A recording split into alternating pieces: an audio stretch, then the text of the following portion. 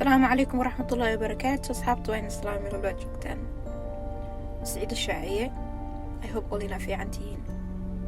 wax badan ma wado kaliya waxaan rabaa inaan idin sheego maalmahan waxaan arkayay waxyaalaha fara badan oo social media ka socda.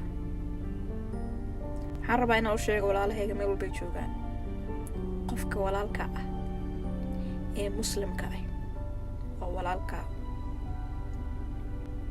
waa dhiigaaga oo kale isku hal jir baatiin isku sharaf baatiin isku nasab baatiin waxaa kaa xaraam ah inaad dulmiso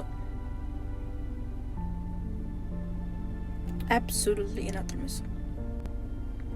dulmiga muxuu yahay? waa su'aal daaweyn oo madaxa daalinaysa.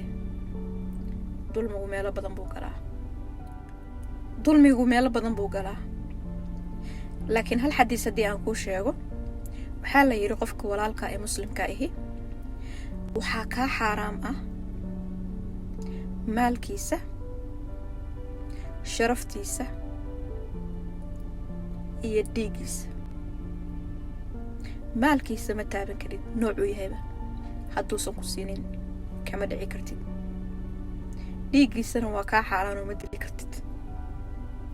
nabaradu waa fara badan yihiin, kuwa qalbiga ah, kuwa jirka ah iyo kuwa nafta aad ka qaadaba. waxaase kaloo ugu daran oo hadda soomaalida haysata sharafta qofka absolutely xaaraan bay kaa tahay. qof inaad cirdigiisa iyo sharaftiisa aad meel uga dhacdo, inaad caydo, inaad been ka sheegto, inaad wuxuusan raalli ka ahayn aad qalbigiisa aad daawacdo, kulle xaaraan bay kaa yihiin. waxaan kaaga digayaa inaadan ku fogaanin allah subxaanahu wa tacaala. haddaad dambi ka gasho ilaah waa qafuur raxiim, wuu ku cafin karaa.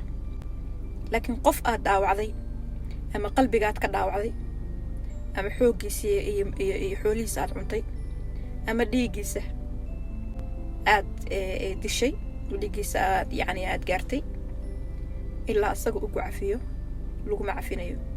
dhimashadu way badatay, mar walba qof baa dhimanaya. ma la socotaa inaad adigu dhimanaysid caawa iyo inaad dhimanaysid berri?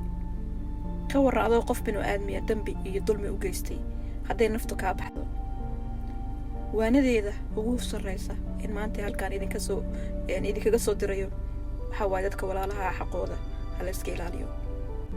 been abuurka, qofka sharaftiisa baabiinayso, waxaasoo dhan dambi bay kaa yihiin. marka waxaan kugu waaninayaa alla ka baq.